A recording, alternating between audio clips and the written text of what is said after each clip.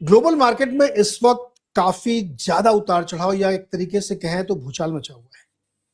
Equities में अगर आप देखेंगे तो खासतौर पे टेक शेयर्स में जबरदस्त फॉल है, चाहे वो कोरिया के हो, ताइवान के हो या यूएस के हो।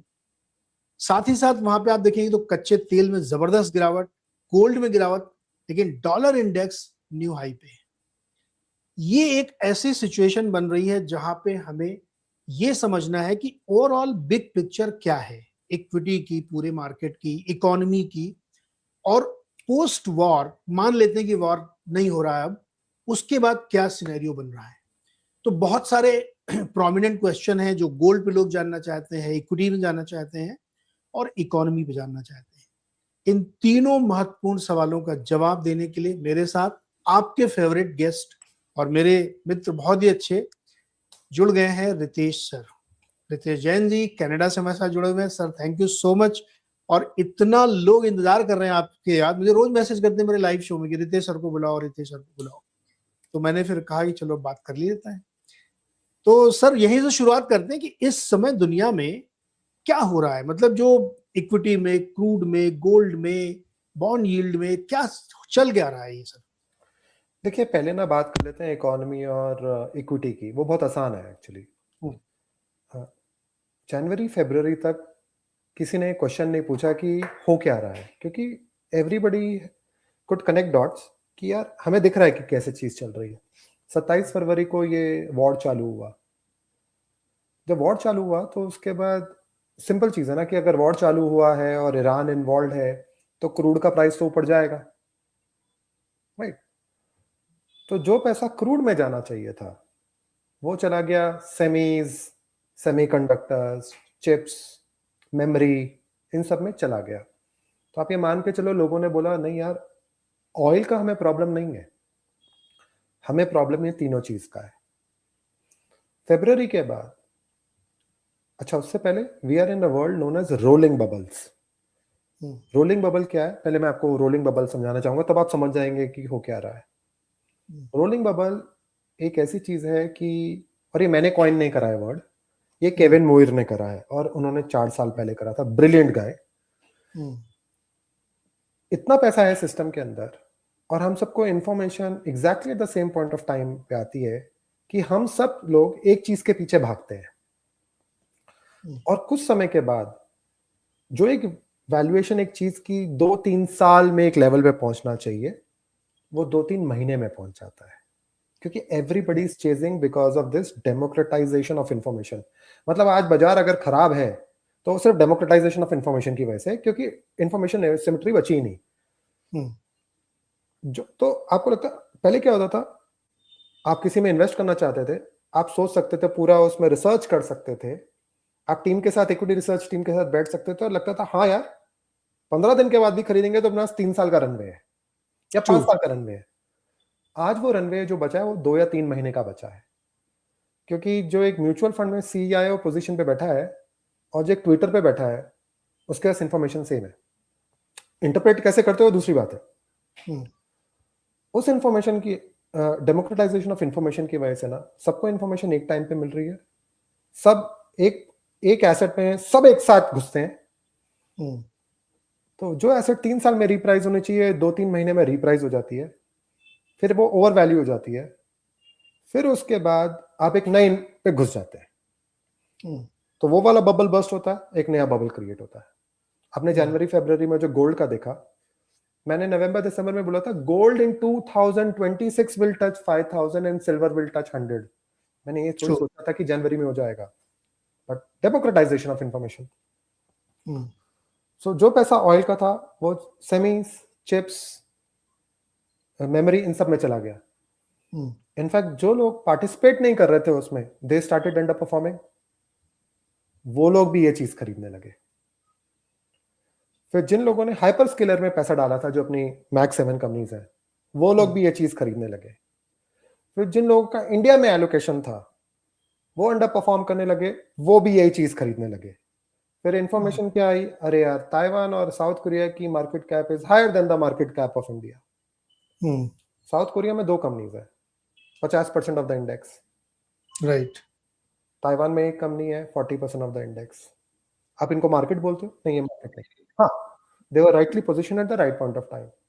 बट आप समझ रहे हो दुख एक फंड मैनेजर का कि यार मैं तो सही बैठा हूं, मेरी 5 साल की व्यू है, बट वो 3 महीने के अंदर something else will move and it will move so big कि अगर मैंने पार्टिसिपेट नहीं करा तो मैं पैसा उसको लूज करूंगा जो उसमें पार्टिसिपेट कर रहा है।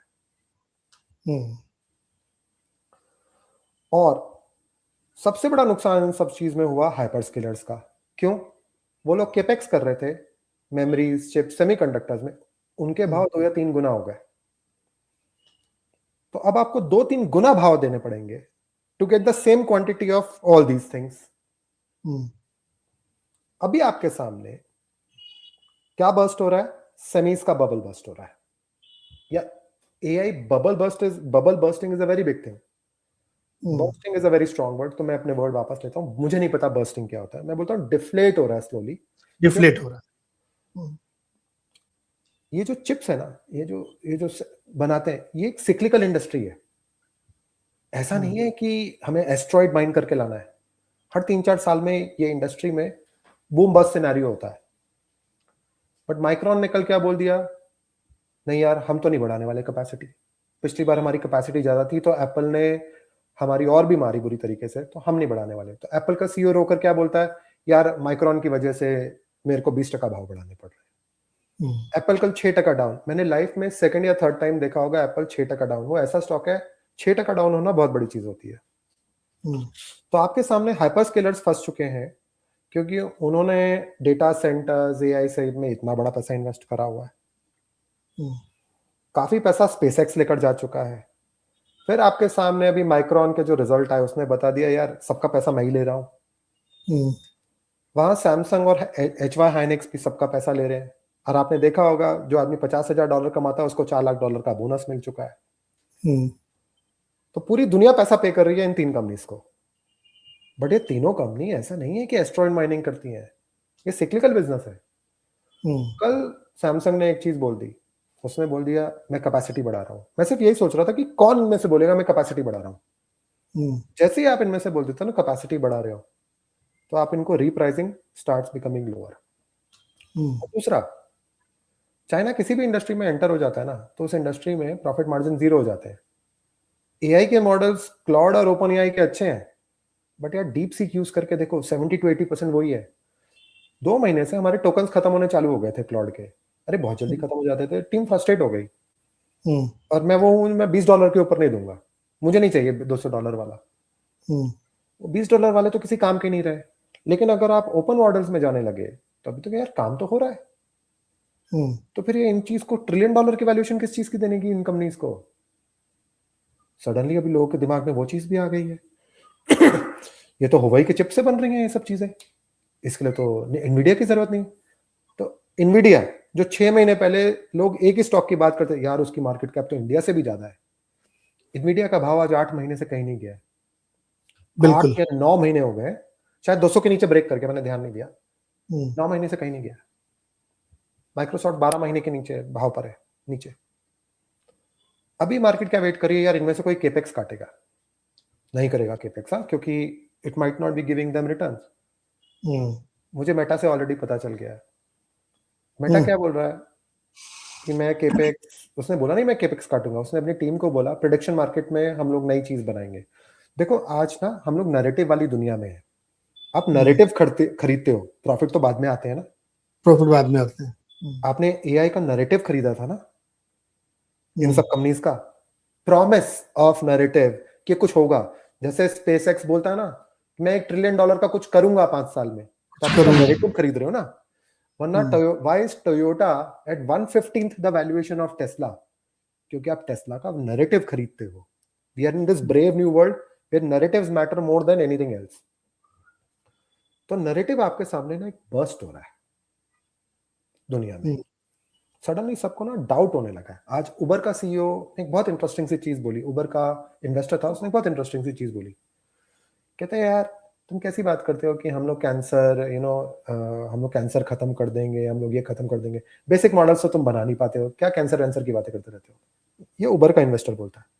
सडनली ना डाउट आने चालू हो गए हैं। लेकिन मेरा पॉइंट एक ही है, देखो AI is like internet, revolutionary चीज है।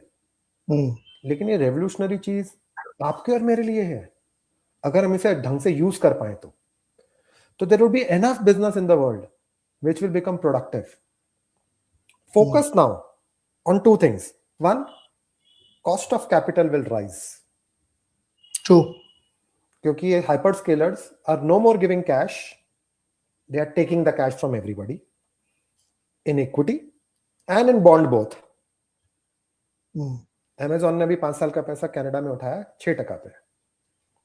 तो आप जो बाजार में कैश आता था ना, बहुत बड़ा बायबैक से कैश आता था, अभी you started issuing stocks. So cost of capital will rise. और अगर आप बॉन्ड इशू करोगे तो सब बाकी सबके लिए बॉन्ड की capital cost will rise.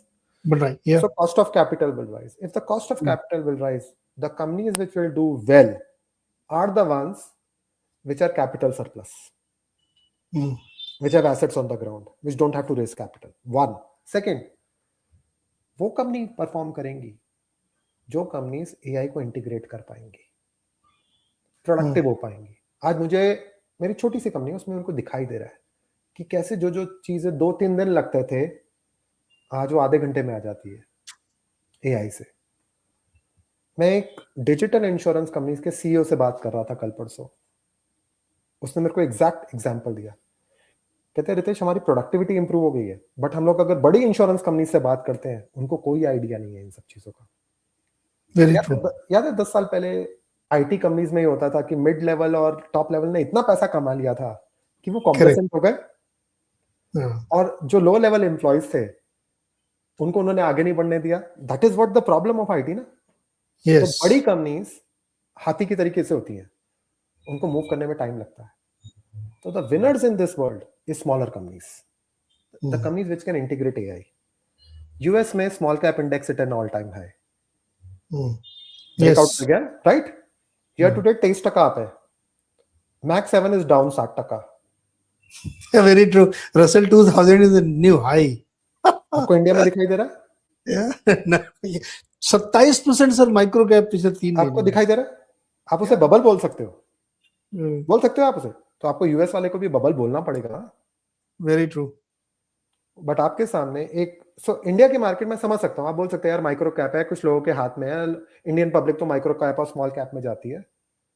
US में स्मॉल कैप क्यों ब्रेकआउट कर रहा है? दैट्स अ ग्लोबल मार्केट ना, very big market. Very big market. Why is it breaking out? सोचने वाली चीज है. और it's outperforming the large caps, it is outperforming max 7, it is of late it has started outperforming semis also.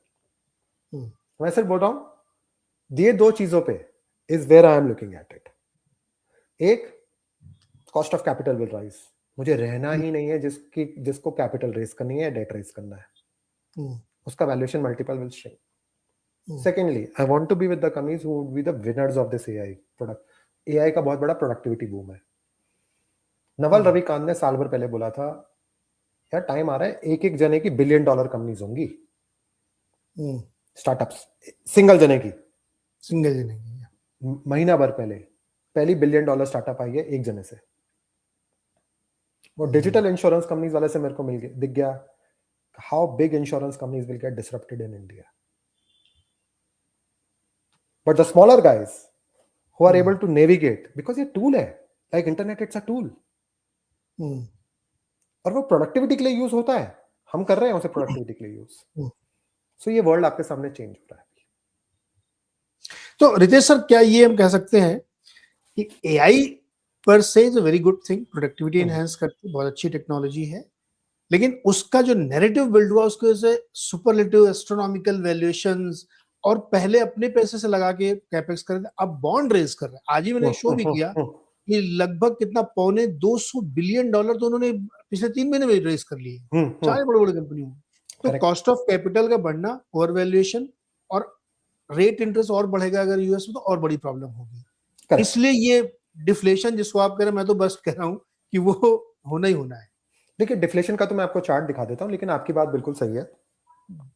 क्या होता है, शुरू में एक नया नैरेटिव होता है ना, every Tom Dick and Harry company starts getting good valuation. उसके बाद जब नैरेटिव बर्स्ट होता है ना, तो there are some last man standing who are actual winners even in AI hardware, even in this ecosystem. I'm not talking कि जो AI use करते हैं, even in AI जो हार्डवेयर सिस्टम में भी है, प्रॉपर सिस्टम, बट वो एक बार सिस्टम क्लीन अप होने के बाद पता चलेगा कि कौन है. हर बार ऐसा ही होता है, तो वो पता चलेगा अपने को. For the time being I am only focused on ये प्रोडक्टिविटी कहाँ आएगी AI की.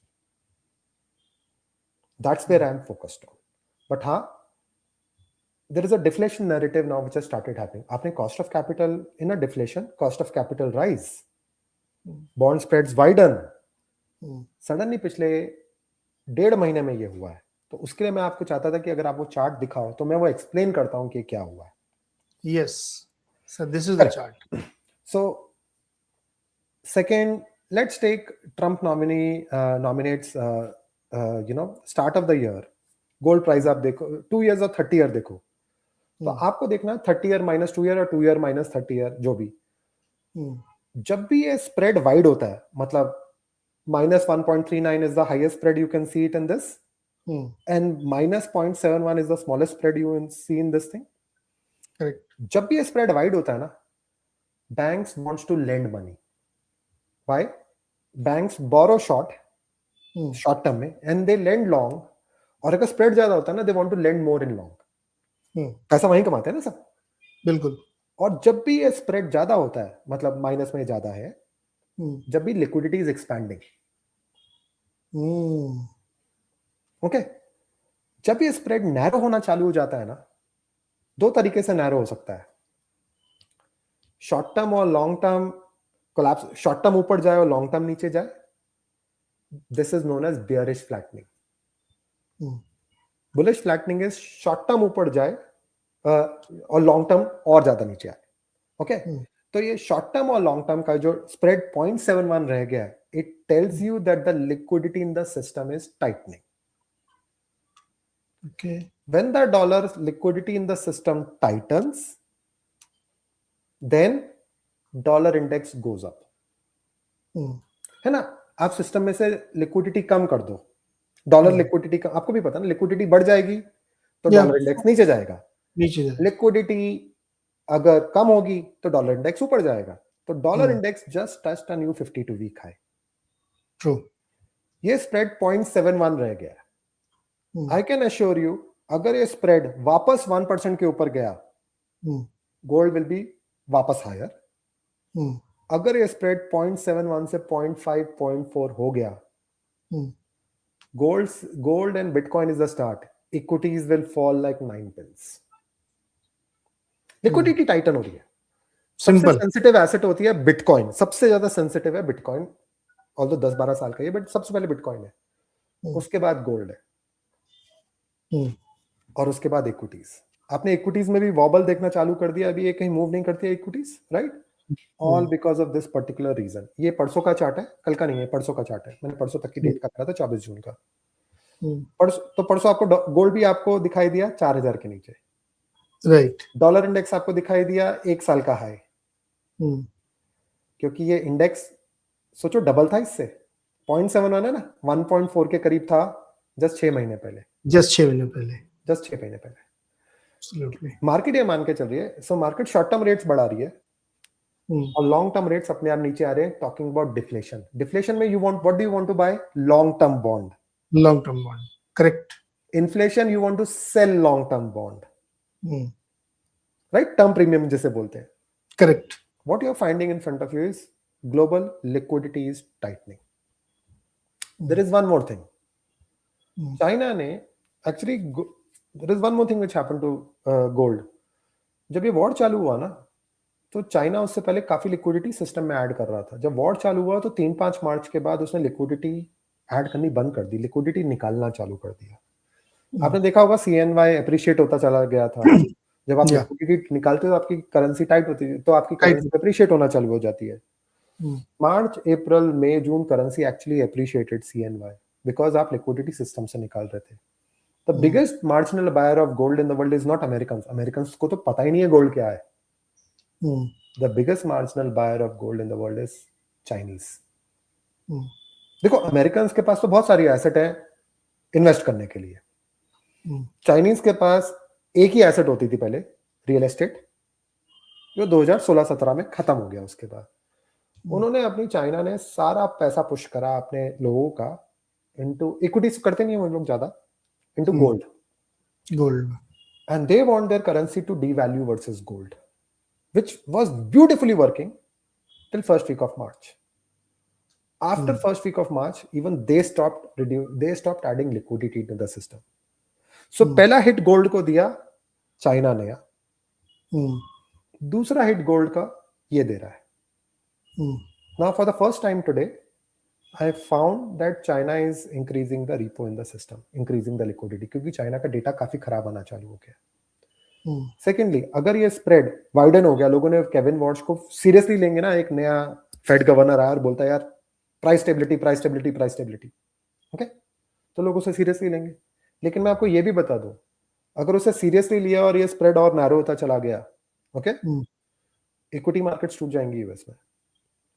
अगर इक्विटी मार्केट टूट गई या फिर वो लोग रिसेशन में गए, समझ लो आज की डेट में उनका फिस्कल डेफिसिट है 7% of the GDP in good times. Whenever they go into recession, their fiscal deficit expands by 5 percentage point on the starting base. उनका fiscal deficit 12% हो जाएगा। Secondly, उनका टैक्स कलेक्शन ऑलरेडी कोलैप्स होना चालू हो गया। जनवरी फरवरी में उनका टैक्स कलेक्शन 8 से 10% था, मार्च अप्रैल मई में 2% रह गया। तो अगर Kevin Warsh wants price stability and he is true to that कि मैं 2% इन्फ्लेशन चाहिए मुझे, तो आप ये मान के चलो US will go into debt trap with in 6 months। ये इक्विटी मार्केट्स, गोल्ड आपकी बहुत, gold will be the least of anybody's concern. Equities will fall like 9 pence। तो मैं ये मान रहा हूं कि वो नहीं होगा ऐसा, लेकिन फॉर द टाइम एक नया फेड गवर्नर आया है, आप उसे बोलोगे ना, चेयरमैन है, फेड चेयरमैन है, आप उसको फेस वैल्यू लेना चाहोगे ना, so market is taking him at face value, that is why gold has gone. Sir अब मुझे यहाँ पे एक जो आपने बताया इससे एक सिनेरियो पेंट होता है। केविन वॉर्स की कमेंट्री भी थी और वो चाहते भी है कि 2% का उनका जो टारगेट रेंज उस पर अभी जो कोर पीसी वो 4% के ऊपर चल रहा है, लेटेस्ट रेट जो परसों आया है। तो रेट हाइक का पूरा सिनेरियो, क्योंकि वो 4 से 2 आने में समय लगेगा, अगर आप रेट हाइक नहीं करोगे तो अपने आप तो आएगा नहीं। तो रेट हाइक मार्केट करेगी। ओके, उसने बहुत इंटरेस्टिंग सी चीज बोल दी है ये चीज। हाँ, मैं अभी बोलता हूँ कि एक रेट हाइक का सिनेरियो बन रहा है कि वो बनेगा, उनको बोल लग रहा है, और बैंक ऑफ अमेरिका कह रहा है कि 3 हाइक और डच बैंक कह रहा है 2 हाइक, सब नैरेटिव्स चल रहे हैं। तो एक सिनेरियो ये बन रहा है। दूसरा scenario at the same time ये बन रहा है कि क्रूड ऑयल नीचे जा रहा है, जिसकी वजह से इन्फ्लेशन शूट अप हुआ था पूरे वर्ल्ड में। करेक्ट। तो उसका इम्पैक्ट। और तीसरा मुझे लगता है कि जो गोल्ड है वो एकदम कॉन्ट्रा खड़ा होगा फिर उसके सामने, कि अगर आपने इतनी लिक्विडिटी क्रिएट की, दोबारा से अगर कोशिश भी की तो मुश्किल हो जाएगी इसके लिए। तो अब मुझे इस तीनों का कोरिलेशन समझाइए आप। तो देखिए, पहली बात तो gold is already discounted 2 rate hikes. Okay, 2-year bond की यील्ड और Fed rate always walks in tandem, एकदम सेम होता है। तो 2 year पहले मूव करता है, बाद में फेड रेट मूव करता है। मार्केट एक्चुअली टेल्स फेड कि क्या करना है। आज अगर 4.15 का है तो आप मान के चलो कि ऑलमोस्ट 2 रेट हाइक गोल्ड और हर एक ने डिस्काउंट कर दी है। हाँ करेक्ट, क्योंकि ये 3.75 से 4.14 चल रहा है, तो 2 हाइक उसने ले ली। गोल्ड है तो आपका गोल्ड ऑलरेडी जो 5 का 4 आ चुका है, तो ये क्या डिस्काउंट कर रहा है? 2 rate hikes. 2 rate hike. Secondly, ये फेड चेयरमैन ना बहुत इंटरेस्टिंग है। इसने क्या बोला, यार मेरी तरफ मत देखो, हाँ, हम नहीं बताएंगे तुम्हें, which is very good for people like me. देखो, हम सबको ना स्पून फीडिंग की आदत हो चुकी थी।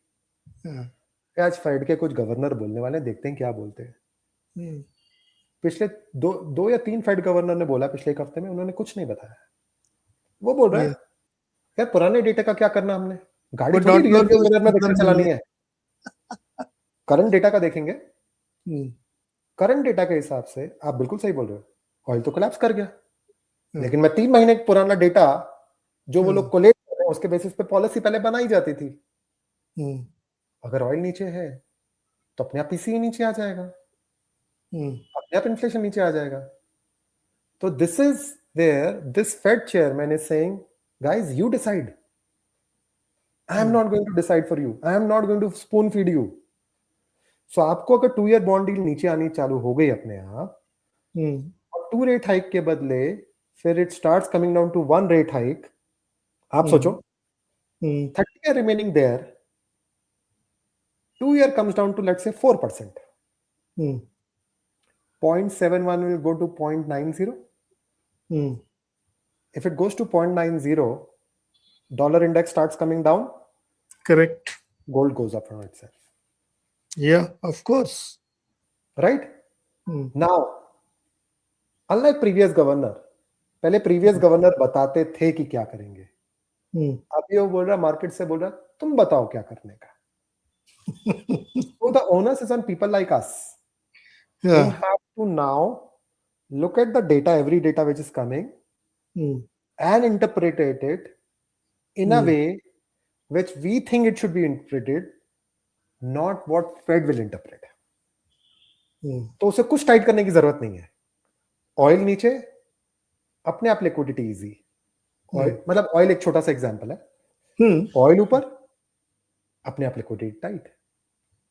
उसे रेट हाइक करने की भी जरूरत नहीं है. सो 28 जुलाई को फिर से मीटिंग है. कुछ नहीं करेगा. अब देखो, कुछ नहीं करेगा, कुछ भी नहीं करेगा. और वैसे भी वो इसलिए कुछ नहीं करेगा, रीजन बता देता हूं. उसने 3-4 टास्क फोर्स बना रहा है. हाँ, 5 टास्क फोर्स. यार वो बोल रहा है, यार ये 30 साल पुराना, हम लोगों ने कुछ डाला हुआ था उसके अंदर इन्फ्लेशन वाले नंबर में, आज भी लोग वही देख रहे हैं. दुनिया चेंज हो चुकी है, हमारा इकोनॉमी का स्ट्रक्चर चेंज हो चुका है. ओके, हमें सब वो अपडेट करने का ना.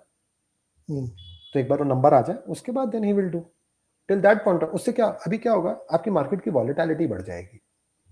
All of us will have to start interpreting the numbers in our way. Earlier we used to think only from one point of view कि Fed क्या सोचता है. अभी Fed बोल रहा है, तुम बताओ मुझे क्या सोचने का. तो बहुत इंटरेस्टिंग सा चेंज आ रहा है. Fed कम्युनिकेशन तो है ही नहीं. एक्चुअली कम्युनिकेशन खत्म हो गई है. कुछ है ही नहीं, बोला ही नहीं किसी ने, दो Fed गवर्नर ने कुछ भी नहीं बोला. तो ये बहुत इंटरेस्टिंग सा चेंज आ रहा है. इसलिए थोड़ा प्रीमियम शायद उस चीज का भी है. देखो, क्या मैं ऐसे इसको कह सकता हूं कि पहले गवर्नमेंट्स जो गड़बड़ करती थी उसको फेड या आरबीआई मैनेज करता था. अब आरबीआई कह रहा नहीं, पहले आप बताओ क्या करने वाले हो, फिर मैं बताता हूं मैं क्या करूंगा. हाँ, और वो बोल रहा है कि तुम अपने आप कर दोगे. समझ लो कल ऑयल 80 चला गया ना, वॉर 80 चला गया, वॉर खत्म करो, इन्फ्लेशन अपने आप नीचे आएगा. लेकिन 80 ऑयल चला गया, ये 2 ईयर अपने आप 440 हो जाएगा. छोटा सा एग्जांपल दे रहा हूं. 440, मतलब अगर if oil is the only variable in inflation, एक सिंप्लीफाइड एग्जांपल है, 444 हाफ हो जाएगा. यील्ड कर्व और नैरो हो जाएगा, क्योंकि हम मानते हैं कि लॉन्ग एंड ये मैनेज करेगा. यील्ड कर्व अपने आप नैरो हो जाएगा. Gold will come down, dollar index will go up. पहले ये सब चीजें हमें बताई जाती थी, अभी हमें इंटरप्रेट करना है. Which is a very interesting change. All of us will now have to earn money. Yes. You know, by using our own brains.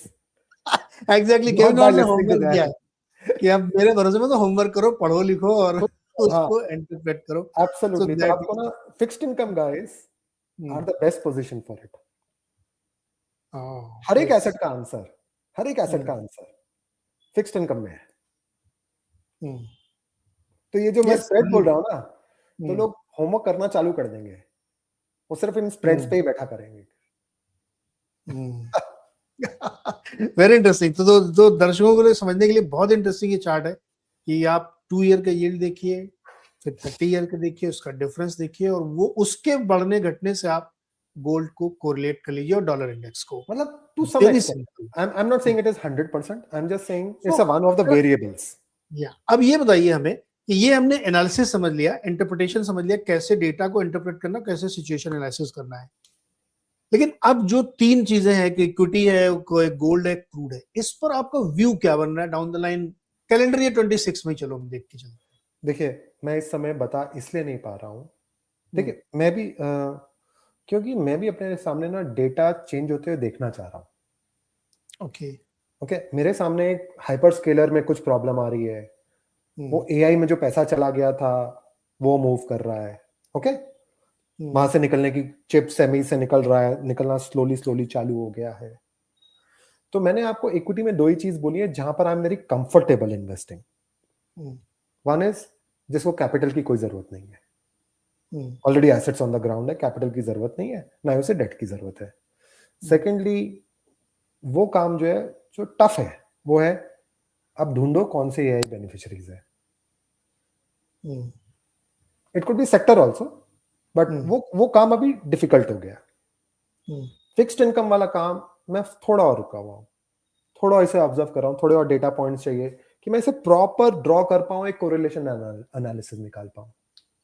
Having said that, since मैं आपके चैनल पे मैं आपको ये बता देता हूँ, यूएस का डेट टू जीडीपी अगर सिर्फ ये डेटा भी रह लिया ना, जो आज वाला डेटा है, अगर ये भी रह लिया ना, यूएस का debt to GDP will explode further.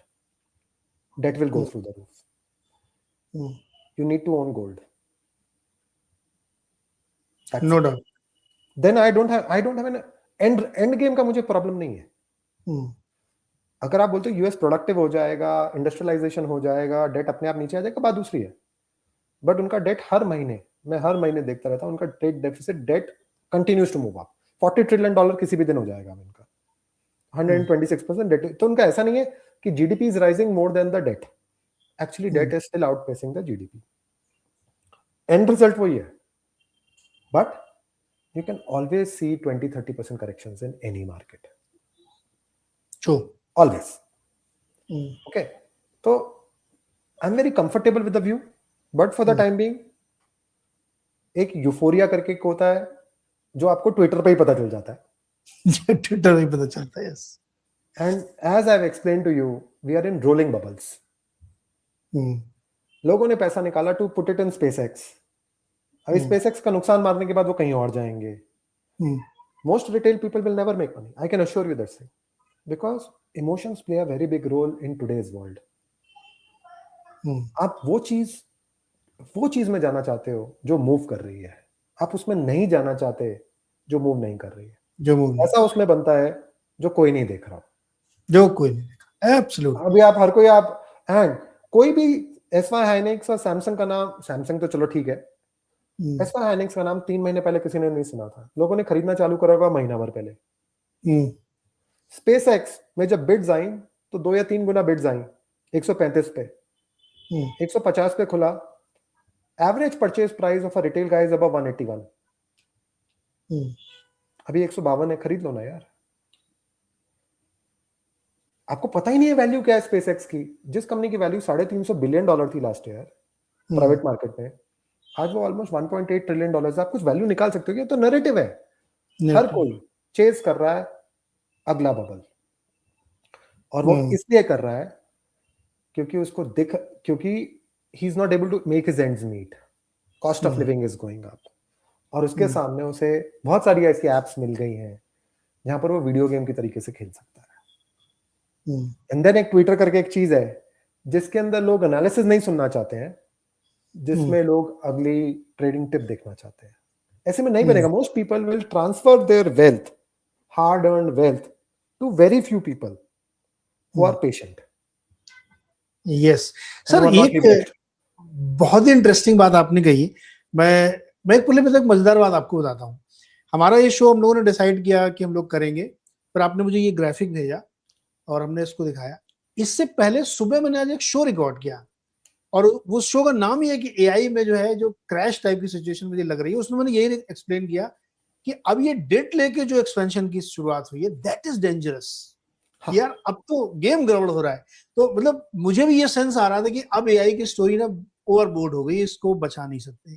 तो मेरा क्वेश्चन सर ये है कि जो आपने एक बात शुरू में कही वो बहुत इंपॉर्टेंट है इन्वेस्टर्स के लिए, कि अगर इस वक्त हम लोग इंफॉर्मेशन एज में ट्रेड कर रहे हैं, कि डेमोक्रेटाइजेशन हो गया है, ट्विटर, तमाम सोशल मीडिया की वजह से information at the same time सबके पास है, वो जुबरी तलैया में हो या न्यूयॉर्क में बैठा हो, सब सेम टाइम पे सेम इंफॉर्मेशन को कंज्यूम कर रहे हैं.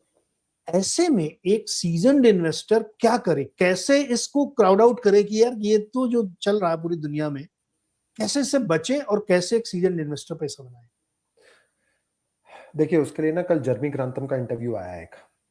बहुत इंटरेस्टिंग सा इंटरव्यू दिया उसने. जो आदमी 60 साल से बाजार के अंदर है ना, उसने सारी साइकिल्स देखी है. बहुत इंटरेस्टिंग राइट। सा था, मैं पढ़ रहा था। आप जो मुझसे क्वेश्चन पूछ रहे हो ना, मैं भी ये सिचुएशन बहुत समय के बाद देख रहा हूँ। देखिए 2021-22 से पहले सिचुएशन एग्जिस्ट ही नहीं करती थी। ट्रू। पिछले 3-4 साल में ना ये सिचुएशन बहुत खराब हो गई है। और ऐसे में क्या है, in a very short period of time, every 2-3 months a new bubble is getting created. या तो आप इतने स्मार्ट हो कि आप उस बबल को समझ पाओ, घुस पाओ और निकल पाओ, नहीं तो ultimately over a period of time you have to go by over the कि लिक्विडिटी कहाँ मूव करेगी over a period of time. Short term भूल जाओ आप, over a period of time governments को क्या चाहिए, गवर्नमेंट्स क्या चाहती है। मैंने एक स्लाइड बनाई थी, industrialization over de industrialization, okay. तो उसमें कुछ 10-12 चीजें मैंने डाली थी, electrification, okay, and then manufacturing versus the services, blue collar versus the white collar. तो मैं वैसे ही इन्वेस्ट करता हूँ। और कई बार क्या होता है, हर साल 3 महीने ऐसे आते हैं कि you massively underperform the market, and then you say यार मेरे को ही समझ में नहीं आ रहा है, या किसी और को समझ में नहीं आ रहा, या बाकी सबको समझ में आता है, सिर्फ मेरे को ही समझ में नहीं आता क्या। ये हर एक सीजनड इन्वेस्टर के साथ सेम प्रॉब्लम हो रही है। हर एक सीजनड इन्वेस्टर जिसने 20-25 साल से बाजार देखा है ना, वो बोलता है एक रिटेल वाला उस पर हंसता है, क्योंकि वो पार्टिसिपेट कर रहा है उस बबल में, क्योंकि वो दिमाग नहीं लगा रहा है अपना। बट मैं ये भी बताऊं, वो नुकसान मार के निकल रहा है, लेकिन उसका नुकसान आपको नहीं पता है, क्योंकि उसका रिजल्ट पब्लिक डोमेन में नहीं है। लेकिन आप दूसरे पे हंस रहे हो जिसका रिजल्ट पब्लिक डोमेन में है। I would still say noise को आपको साइड रखना पड़ेगा। एक पैसा होता है गंवाने के लिए, जो आपको बोलते हैं कि ट्रेडिंग करनी है यार मेरे को, तो लोग मेरे से पूछते हैं कि क्या करें। या देखो, 2 तरीके के पैसे हैं। एक तो बोलो ट्रेडिंग वाला पैसा है, तुम उसको जो करना है करो, और एक दूसरा है long term wealth creation. Give it to the people who you think understand what is going on. They will underperform for 1 or 2 years, 3 years, that is okay. But a cycle may they will make massive amount of money. We understand what is going on. But what we cannot see is, we cannot participate in every bubble. And there are sometimes you miss also, but there you cannot participate in every bubble. तो एक season investor या तो Twitter पे चला जाए, उसका ही पैसा है, जैसे नुकसान मारना है वही तो तुम्हारा पैसा है। जीरो था बोलता ही है ना, 92% of all the investors lose money. Robinhood में भी same statistics है। Prediction market में पूरा डेटा है, most people lose money. Correct. करो, फिर आप वो पैसा नहीं कमाना चाहते, आप trade, you are doing it for your fun is the right word. इसमें क्या है, जवाब तो खैर क्या दें उसके अंदर अभी, but we struggle, ऐसा नहीं है, I also struggle. And then people keep on asking Twitter पे, देखा गोल्ड टूट गया। नहीं, बात वो है ही नहीं। तुम अगले कुछ 3 महीने का लेकर उसे एक्सट्रापोलेट नहीं कर सकते, चाहे वो ऊपर की तरफ कोई चीज जा रही हो या नीचे की तरफ जा रही है। करेक्ट। एक जर्मनी में हाइपर इन्फ्लेशन में there were 4 times when gold went down by 40%। Chart आप देखोगे ना, हिल जाओगे देखकर, 40%। But the only person who made money were the ones who said हमें पता है एंड रिजल्ट क्या है। Absolutely sir, absolutely I agree. End result क्या है, investing becomes very so easy. मुझे सर एक चीज ये पता है बहुत अच्छे से, जो मैंने आप लोगों से ही सीखा है, कि जो डेट होता है ना वो इवेपोरेट नहीं होता है, someone has to bear somewhere. Yes, ये वो चीज नहीं कि गायब हो जाएगी कहीं पे, कोई गायब नहीं कर सकता इसको। आप उसे इन्फ्लेट किसी को इसको बेयर कर सकते हो, इन्फ्लेट अवे कर सकते हो या डिफॉल्ट कर सकते हो। Government world is in debt trap. Correct. कैसे निकलेगा इज द ओनली आंसर। अगर आपके पास आंसर है, investing is a very simple game. Very true, very true. और अभी तो एआई में मैंने आपको 2 चीजें बताई दी। मेहनत करनी पड़ेगी, लेकिन उसमें मेहनत करनी, फाइंड आउट द बेनिफिशियरीज। कोई डाउट ही नहीं इसमें मुझे। Very true. तो मुझे लगता है बहुत सारे लोगों को ये सुन के उनके गोल्ड पे, मार्केट पे, डेट पे सवालों के जवाब मिलेंगे। क्योंकि अच्छा, वैसे एक चीज और मजेदार बात है सर, आजकल लोगों को ना इंस्टेंट कॉफी की आदत है। अब भी बताओ यार कल क्या होने वाला है, वो परसों की बातें मत करो। वो तो फिर आप एस्ट्रोलॉजर के पास जाना चाहिए आपको तो इंडियन मार्केट में भी यही हो रहा है कि यार कल क्या होगा ये बताओ, ज्यादा ज्ञानवान मत दो मुझे। बट असली चीज वही है, क्योंकि देखिए 10 आपने भी एक बात बहुत अच्छी बात कही कि बबल्स को प्ले करने की जो कुव्वत है, या तो आप गॉड हैं तो आप हर बबल को प्ले कर ले जा रहे हैं, अदरवाइज एक बबल आपको गरीब बना देगा, फिर आप ट्रेड के लायक भी नहीं बचोगे, एक बबल में खत्म हो जाओगे आप। क्योंकि आपने एक बबल पे अगर पैसा कमा लिया, you become super confident, then you leverage. जैसे Exactly. साउथ कोरिया में एवरीबडी इज लीवरिंग, ताइवान में margin debt has gone through the roof. South Korea में लोग अपने पॉलिसीज, इंश्योरेंस पॉलिसीज तक तोड़ के बाजार में पैसा डाल रहे हैं। सर इंडिया में 1,27,000 करोड़ की है एमटीएफ बुक। कौन सी book? MTF, margin trading funding की बुक। अच्छा, मुझे तो नंबर ही नहीं, मैं तो पहली बार सुन रहा हूँ। 1,27,000 करोड़ की लोग ट्रेडिंग कर रहे हैं, फंडिंग मार्जिन ट्रेडिंग लेकर के। तो अब ये माइक्रो कैप दिख रहा है, अरे चल रहा है ना, तो लगाओ लगाओ लगाओ। That's a dangerous game. लोग अभी एनीवे खैर बहुत इंटरेस्टिंग चर्चा थी, हमें बहुत सारे सवालों के जवाब मिले। और Ritesh Sarai, thank you so much sir. और अब कोई नई घटनाक्रम होगी तो मैं फिर आपके पास आऊंगा। Anything else sir you want to mention? नहीं, that's good enough. Thank you so much sir. Thank you Neeraj.